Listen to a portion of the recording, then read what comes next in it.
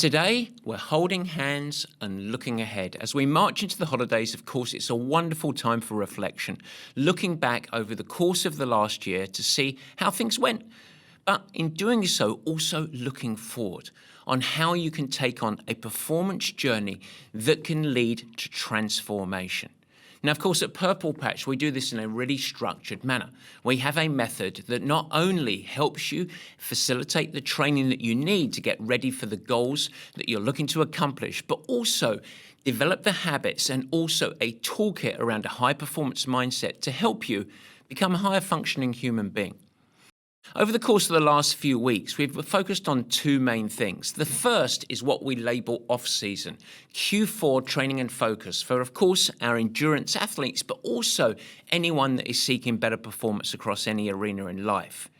We then, over the last few weeks, went into what we called the Performance Base Layer series. Yes, those elements that make up your performance readiness through the four pillars of the methodology that make up the Purple Patch approach. And that is, namely, endurance, sports, strength and conditioning, the aspects under the pillar of nutrition, and, of course, recovery and sleep. That puts us primed now as we get through the holidays and we come back and we are hit with the blizzards of New Year, New You, and all of those New Year commitments that you're going to make that are going to be resolutely forgotten by February.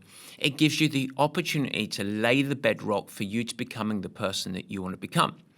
And so what I thought we would do today is carve through some of the noise and put together an action plan around how best to approach the coming months of Q1.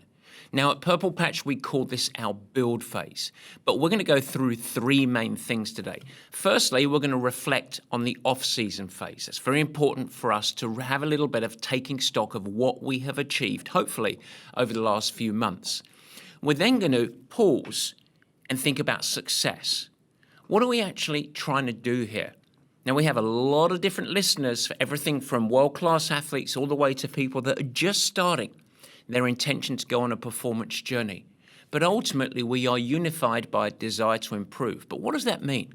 What is success? What do we see in our role as the coaching team to help you excel and succeed?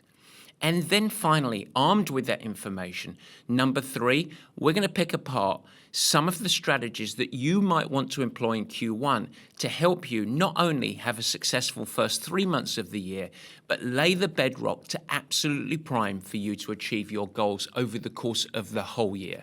Yes, this is a performance journey, just not a short-term intervention.